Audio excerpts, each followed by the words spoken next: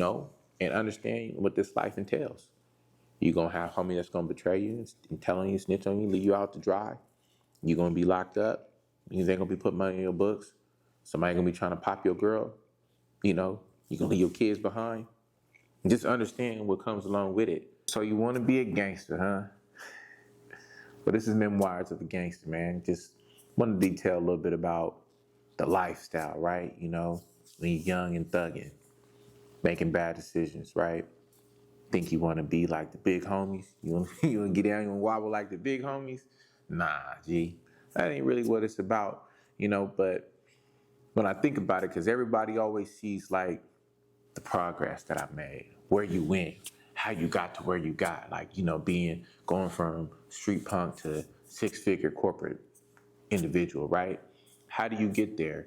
How does it start? Most people, especially women, you know, because I got good diction, right? I can articulate myself. I can hold a conversation. I'm like a chameleon in different environments of the room. Like, how do you get to the place that you're at to shake hands and rub elbows with CEOs, VPs, you know, senior executives and all that?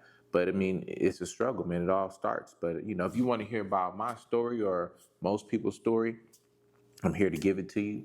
I'm going to have some more people on more episodes, and they're going to talk about their struggle, how they started. But in general, how does it all start? You know, say for people like me, go to Freeze, connected to the park. Big homies is out there doing their thing. They, you know, they hustling, they whatever. They got the Lolos, they got the cars, the whips, the jewelries. They got the women's, they got the girls, right? And then they got respect, and you just grow up just like looking at these dudes, right? And you know, you play Pop Warner at the park. You know, shoot hoops at the park. You whatever. Right after school, you at the park. All the gangsters at the park. That's the park that they from, that they claim. So that's usually how it starts for most people. A lot of people either grew up in it, their dad from the set, their mama might be from the set too. Their big bros from the set. You know, their dad could be in prison, passed on, and calling you little such and such, little whoopty whoop, right? And then you already got a gang name before you even started banging, right? Then, you know, you start growing up, you in high school, middle school, high school. This is what your homies is doing. And you are what you eat. You know, you are what you hang around. So typically that's generally how it happens, right? You know, you just start slowly getting reeled into that lifestyle. And then there's other people, some people born in it. Some people get put on. Some people walk on. You know what I'm saying? Just because of who their relatives is, they just automatically got accepted. Some had to go, you know, they had to go slide, put a little work in for it. They had to go on one, you know what I'm saying, to be a part of this fraternity, as we can call it, right? This thing of ours. But that's usually how it goes, how it gets started. You know, when you growing up in a society and an environment where you don't really have a lot of successful people around you. Your parents don't have to know how. Everyone's just trying to figure it out, right? They might be working class people. You don't have all the extras. You might not have nothing at all, right? And you know, you robbing Peter to pay Paul. So you just grow up in these extreme measures where you didn't grow up like the people on the other side, especially being from San Diego. You got, you know, we from the Southeast section. We didn't grow up in Del Mar, La Jolla. We didn't grow up on the beach, by the beach, you know, fortunate. Schools got all the funding. You know, we grow up around what we see, you know, alcoholics, drug addicts, you know, thugs, gangsters, prostitution, whatever that comes across, you know, in the street life. So everybody wants to have things. Everybody wants nice things, nice clothes, nice shoes, you know, some jewelry. Everybody wants to have a fly whip, right? How you gonna get it? Well, if everyone around you, you know, if your parents ain't got it, and clearly they working, everyone around you is hustling. They either robbing, jacking, being boosters. They selling drugs. They're pimping. Or they robbing and shooting and looting. You know what I'm saying? So when you look at that, it's like, how does it happen? So some of my first exposure, you know, being in middle school too, outside of being at the elementary school and go to Freeze, but my Relly T8 is one of my first exposures, man. He was a young rider, young factor. You know what I'm saying? Like coming around, he had the sitches. He had the sitches on lock, the bitches on deck, right? You know, like the niggas was scared of him. You know, I saw him sock out a few dudes and all that, and then, you know, the way he did it, he went about it, like his gangsterism, the way he was moving, like, you know, it's kind of like you started wanting to model yourself after that. He had all the respect, he had the clout. You know, I saw him come be at Lemon Grove, Middle, come to Helix and street fairs and certain things, do his thing. And, he got a lot of respect for being who he was. So, as a young person, it's always easier to cling to bad behaviors and what's going on, especially when everybody else is like, ooh, it doesn't like we grew up in Ivy League schools and, prep schools, prep academies where, the person that was the mathematician, the math geek, got all the praise, the gangsters get all the praise in the streets. So naturally, you kind of gravitate to that. So I kind of was gravitating to it, 13, starting it, high school, rule this, rule that, what's up, bro? All that kind of activity was happening, and you slowly start just branching into that. Then, for me, I went away for like a year and a half, came back closer to 15, 15 on that verge to 16. And, my bro, he was already full-fledged with it. You know what I'm saying? I came back, my Redley, Little Sleep was already doing his thing. My best friend, my bro, D Moss, is already, this music is popping in the streets. You know what I'm saying? He moving around. And one thing I first noticed when it was really real, I think we was at the studio on the main line. We was on the line at the studio, and I was getting picked up right on the drive, right? And one of the bros was outside waiting for the ride to swoop up. And, this wasn't no Uber days. It's like '03, right? So, they like, be outside. You tell them where you're going to be outside so that they can see you. And then, when my folks had a whammy, he had a 357 like this big, you know what I'm saying? Pause. But, he had what he pulled out something that, something that you seen in Roger Rabbit movie or something, right? So I was like, ooh, and I was like, okay, it's really real. This is life or death. And then that's suspenseful, right? Like, you just get drawn into this. So, and then like the encouragement, bro, like, you start getting into it, y'all, you slowly gravitate to and then you start doing more and more. Like, started off, jack moves, run outs, perving, whatever, you know what I'm saying? Like, just doing whatever is clever, you know what I'm saying? Going up in Walmart, Sam's Clubs, getting digital cameras, whatever, going to the renter centers, getting TV, like doing all kinds of stuff. Just everywhere you go, you just jacking, and then, get stomped out a couple times, or jump whatever, or jump some dudes, and you just slowly start getting into it. Then when you get slumped out, then it's like, ambition to slide. But the realest moments for me, where I took it the most serious, was, losing Little Sleep was like the realest moment for me. Like, for him to be the great, right? For him to be the factor and as big as he is, and to be the dude that everyone feared, everybody wanted to be like, they modeling, dressing after him. On our day it was double lineups, curls for the girls, you know what I'm saying? And, the Vans with the scrunchy socks, and just like, we had the colors popping, and, we was the fat laces. We had everything going. So, but when he passed away, I'm like, shit, they get him, they get anybody. And then, everything started hitting the fan. But, the more you get involved, the deeper you get in, and you start getting so deep. They always say the game is deep, but yeah, so when everything started really getting deep, bro started going down, then me, like, I start having to struggle. I'm in and out, GSU.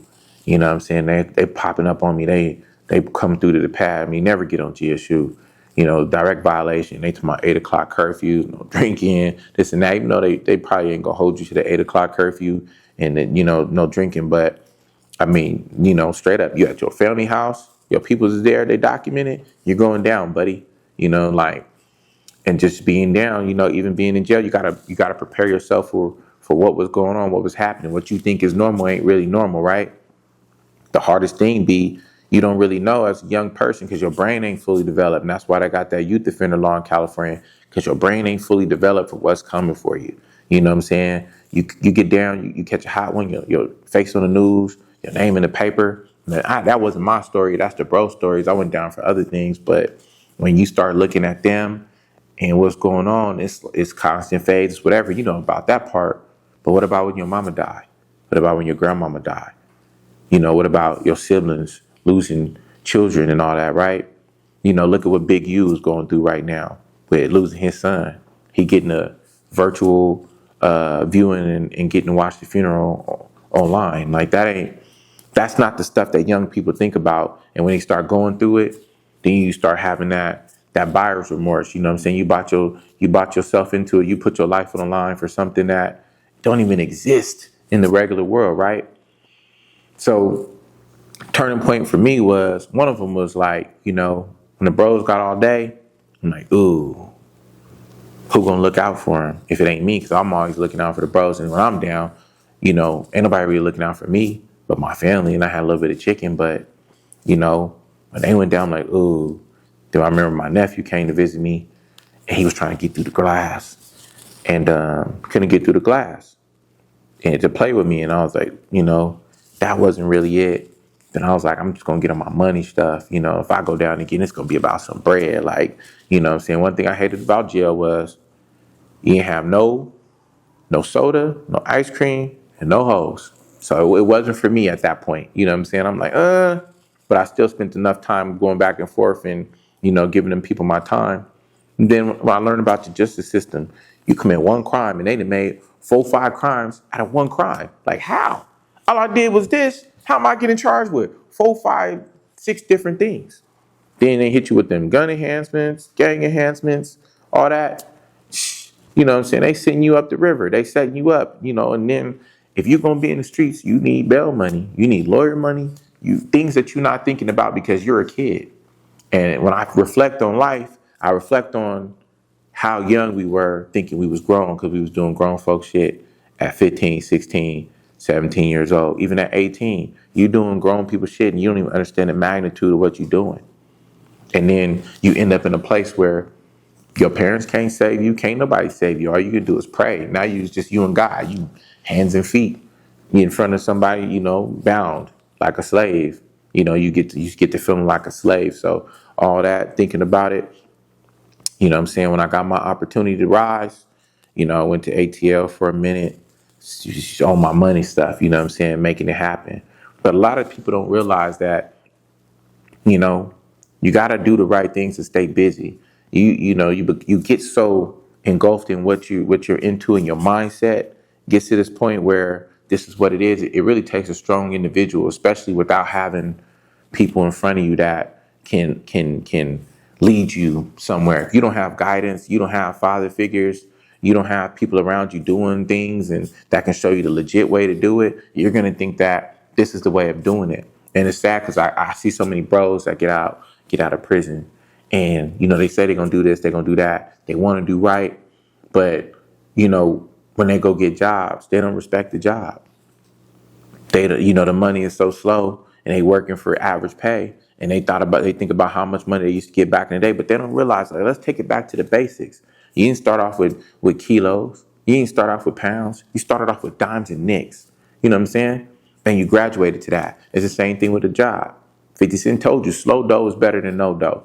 Start off with the slow dough, learn some skills, get better with your skills, hone it. Start listening more and talking less. That's what I did. Listen more, talk less, be a fly on the wall. I turned into a chameleon. I change colors with wherever I'm at. It's called code switching. When I get in front of these people, I use my words. I use my vocabulary, right? I listen to how they talk, how they behave, look at their mannerisms, and I match it.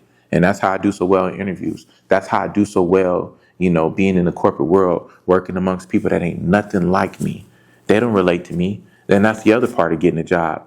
You working around a bunch of people that don't relate to you. But what would have helped was going to school. When you go to school, you in there with people from all walks of life, right? No matter how rich or how poor they are, y'all got to take the same class. How do you relate? Y'all got the same work you got to do. Then you find common ground. That would have prepared me and a lot of people to be more comfortable in uncomfortable situations and uncomfortable environments. Switching over to the working world and to the corporate world, it was very hard. It was rough, right? Like, how am I here trying to have conversations with people and we don't think the same? We don't have the same mentality. How do you not say the wrong things? You don't want to reveal who you are and what you got going on because you don't want to be judged. And that's really what it is too, is what you've lived through and you don't want to be judged by the things that you did before. You want your fair shot. You want your fair shake.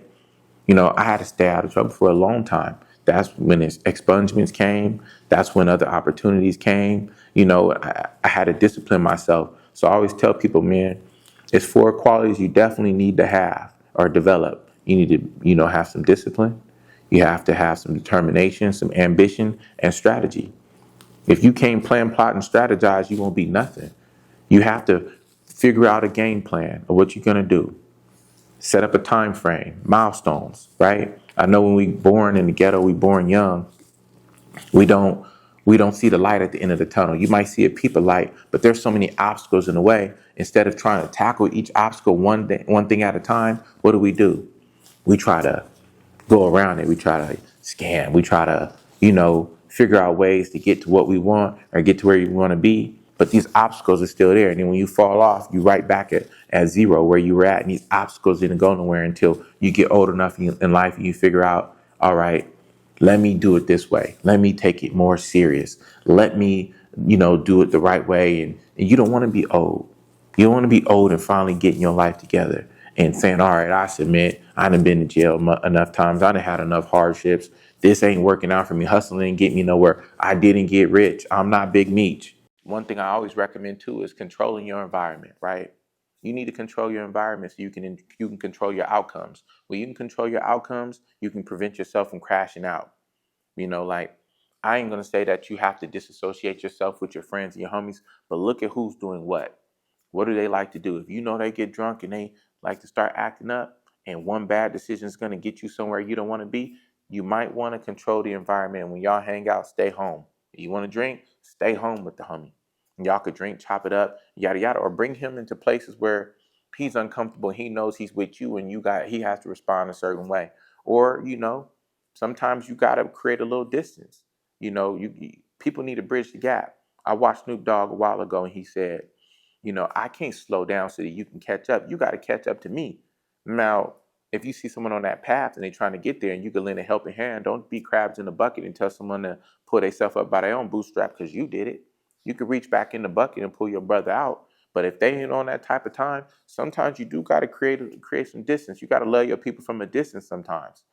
But like I said, I kind of control my own environments. I know who does what and what type of time they still on. So sometimes you just gotta, chop it up on the phone with your dog, let them know it's still love. If they need something, you can look out, look out. You ain't never gotta forget about your people, but you definitely can't let them crash you. I would also say make the type of friends that you want to be like, right? That you want to mirror your life behind. If you want to be an executive, if you want to be someone that's a business owner, you want to be an entrepreneur, someone successful in that, or whatever profession you want to get in. If you thought about getting in real estate, truck driving, it doesn't matter what you want to do. Make some friends so that you can see how they behave. You can see what their mindset is like. How do they talk to people? How do they treat people? How did they do what they did? They can give you their success story and you can use that to build off of. One thing you do have to do though is you're going to have to reprogram your mindset. And that's very difficult. How do you let go of old habits and bad tasks, things that you used to do and stop doing them? That's very tough in itself because you have so many things that in so many ways that you react. You have to be able to learn how to walk away. I didn't say be a punk. I didn't say let nobody punk you out. I didn't say that you have to bow down and submit to somebody, but learn how to walk away. If no one's being a threat to you, they're not aggressive, they're not getting at you, you know what I'm saying? Learn how to, all right, you know what I'm saying? As long as you don't step to me, it's all good. Because one bad decision, 30 seconds could be the rest of your life. So you have to learn how to reprogram your way of thinking, because as black men, we so hung on to our ego and, we can't let nobody disrespect us. Everything is about, uh, your pride. The Bible tell you all day about pride, what pride does, what pride will lead you to. Moses was a prideful man. He got to see the promised land, never got to get to it. Do you want to get to the promised land? Sometimes you got to swallow your pride. Let it go. So you have to be willing to convert, reprogram, think about bad habits, think differently, you know, let that good energy in. Stop expecting the worst. When I was younger, I used to always say, expect the worst, hope for the best.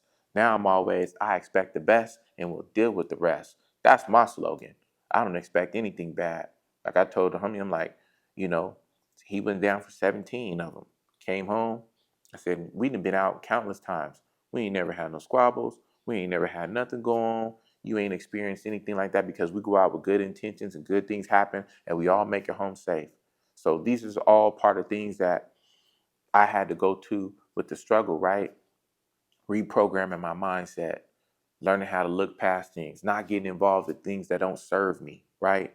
Staying away from people who don't serve me, who don't want better for their life, loving my folks from a distance, being able to, educate myself, read a book, do something outside the norm. Meet a nice lady, treat her nice, right? You know, listen to people that are in certain positions, educated, whatever, you know what I'm saying? And don't be afraid to tackle the things that are in front of you. If you got dreams, don't be afraid of success. A lot of people are afraid of success because they don't want to let go. They get opportunities, they get lucky and stumble upon opportunities and don't want to take advantage of them because they know that if they pursue this, they have to let go of that and they don't want to let go.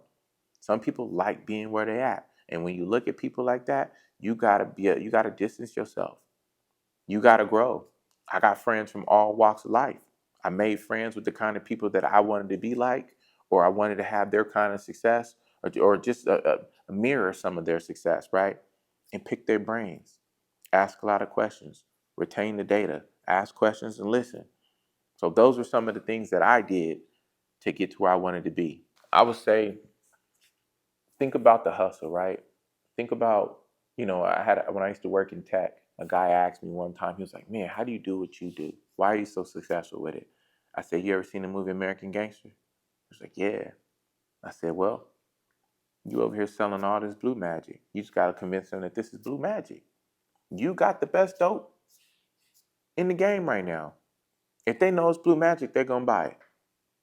So I would say, use your hustle. All that hustle that you acquired on the street, that you grew up knowing, like I didn't even have to be a part of be a gangster to learn how to hustle. I remember being a kid working with Tone and his brother Trav, the little Africa, my homies from Little Africa, all that, right? The G's from over there, and they had us on the candy crew. They gave us a speech, and we was out there selling boxes of candy in nice neighborhoods, taking donations or selling the candy. I learned to hustle at a young age, 10 years old, 11 years old, middle school ages, out there grinding. Things I would never let my own daughter do, but out there grinding and making money, 2, 3 hours out there making $80, $120, and being able to buy school clothes and afford the kind of things that I wanted to afford. And that kind of hustle always stayed with me and that made me unique. Yeah, so for all my folks, I would say, everybody goes through a life-changing event that is going to push them to a situation where you want to change or you don't. I would say don't wait until you're looking at all this time in prison to drop to your knees, pray and find God. I would say find him now if that's what motivates you or whatever you believe in, the universe, Buddha, energy, whatever you believe in, bring the good to your life. If you want to stay in these streets and be about that, get some life insurance, get some life insurance. You know what I'm saying? Do something that way. If you got some kids, that you could take care of them, while you're gone, because ain't no future in it. Jail or prison. Or say if you got a job, grow within the job. Ain't nothing wrong with staying in the job. I encourage anybody to go to the military. You put the same way you put 15, 20 years in the set, you could put 15, 20 years into the military. Only thing is that got a retirement fund, that got a pension, that got lifelong benefits, health benefits, VA loans, right? What's the maximum you can get on a VA loan? Ain't no max. You know what I'm saying? You can go get you $1 million crib right now with a VA loan, right? You can't do that. You can't take your gangster credentials to the bank and say, hey, I was the realest dude in these streets. Give me a loan. I need 100,000. You can't do none of that. But you can go to the military, go do 20 years, get that VA loan, free school. I think your kids can get it, your wife can get it. You can get a home. You know what I'm saying? You get life training. Imagine if you went to the military at 18 straight out and knocked out 15 to 20 years and got retired. You'd be 38 max with full retirement, full benefits. Go to school, do something else, get a second career, got double incomes. You ain't got to worry about paying healthcare at your job. You know what I'm saying? Because that's how they get you too. You paying in the healthcare at your job and all that, but you got free healthcare for life with the VA. You know, you ain't got to save up no down payment money to get no crib because the VA loan gonna get you a guaranteed loan with zero money down. Like people don't think about it, and this is stuff that I wish that parents would instill more into their children. Like if you confused and you don't know what to do, you're not no athlete, you don't enjoy going to school, go straight to the military, get you a passport, see the world. That's part of what changed me. I always had ambitions for other things and bigger things, but my ceiling was the people that I was around. And I didn't really understand that I can surpass my ceiling. I could do things my parents ain't never did. And then I've been all around the world. I've seen and done things and had fun and been in places, and I got all this exposure that I would have never had. Southeast San Diego only so big, right? We're this much. Probably 3% of the population of San Diego is out there in the streets. Being thugs, being gangsters. The rest of everybody else in the city is, going about their day. Ultimately, like I said, make the kind of friends you want to be around. Get you some good health care if you want to be in the streets. You know, ain't no future in it. Ain't no 401k in it. You're not going to get no investments off of it. Everything you buy got to be cash. You buying anything more than 10 grand, the feds get alerted. It's no point in the living the life. Like very few make it that big, make it that large. The time you invest being in the streets, going to jail, becoming a slave, working for 10 cents an hour so that you can get $20 in a month and buy soap and toothpaste, deodorant, shit like that. They're getting all that slave labor out of you. Imagine if you just went to a 2-year college, 4-year college, or you went and got you some kind of degree of some kind, or went to a trade and you learned something, or you would have spent that time that you was going to spend in prison in the military. Imagine if you would have did that, where your life would be at, the hardships you didn't have to experience, the time you didn't have to miss with your family, right? Like, I got a bro, he lost his mom, his grandmother, his sister, his son. Like, with all these losses that you continuously take, and you don't get to grieve with your family, you get to be right there on that rack, going through it, reflecting on your life. You don't want to let that be you. I get it. Some people need to play with fire to know that it burns. That's some people. Don't let it be you. So my advice to you, like I said, meet the kind of people you want to be around. Change your friends. It's okay to make new friends. It's okay to get some sincere people around you that want to see you win, right? It's nothing like having bros that want to see each other win. So what I'm going to do is I'm going to circle back. I'm definitely going to have my folks around me that, also been through the struggle. I'm going to add them in. You know what I'm saying? We're going to do episodes. Everybody going to talk about diversity, talk about where they came from, how they got started, and how they end up doing what they're doing, owning businesses, right? Owning properties, owning houses. I went through everything I went through when I was a homeowner by the time I was 30. So definitely want to educate the youth and educate people on this and maybe give people perspective, Just because you had a certain path doesn't mean that you can't have redemption.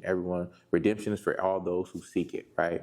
You can switch it up. I don't have no problem getting jobs. I don't have no problems, getting, I still have to go through things sometimes, like to get a fingerprint clearance card. I had to still submit court documents. I had to do a lot of things, right? To even get my real estate license, I had to do even more. I put myself through all these hardships, but at the end of the day, when I want to go get a job or if I want to go do certain things, I know I'm okay. Get your rights restored. Don't lose them in the first place. That's my advice to you, and understand what this life entails. You're going to have homie that's going to betray you and telling you, snitch on you, leave you out to dry. You're going to be locked up. You ain't going to be putting money in your books. Somebody going to be trying to pop your girl. You're going to leave your kids behind. And just understand what comes along with it. Like I said, it's Memoirs of a Gangster.